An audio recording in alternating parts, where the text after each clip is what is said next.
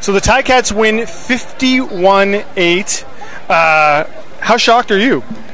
Quite. I thought it was possible that they could win big, but I wouldn't have thought by this. And it's the 8 points, and it's the holding the Edmonton offense. I thought Edmonton played a dumb offense tonight. They didn't run the ball. Ticats were susceptible to the run. They ran the ball 3 times in the first half. But maybe the Ticats were doing something, as George hinted that they were, George Cortez, to make them want to throw the ball, and that's quite frankly not their strong point.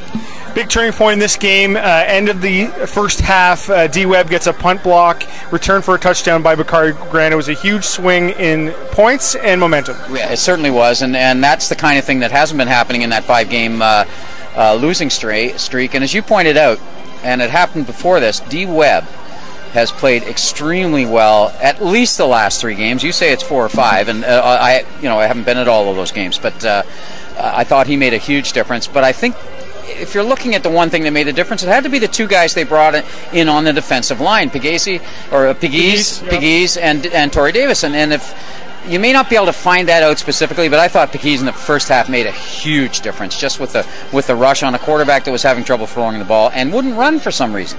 Ticats now just 1 game out of a playoff spot. They're 1 game behind Edmonton for that crossover spot that Edmonton's trying to get. Can this team make the playoffs and make some noise? Yeah, I think they can, and I think that the timing on this, Drew, is really good to have won this game, then be going into Winnipeg, who just lost by 40-something points or 38 points last night. So when you look at the margin of those 2 victories, it's close to 100 points. So they're going in there. Hopefully they don't go in overconfident, but you really have to be confident when you play Winnipeg. And if you pick up that win, then all of a sudden, suddenly those 5 games look a little different to you now. They were a trough.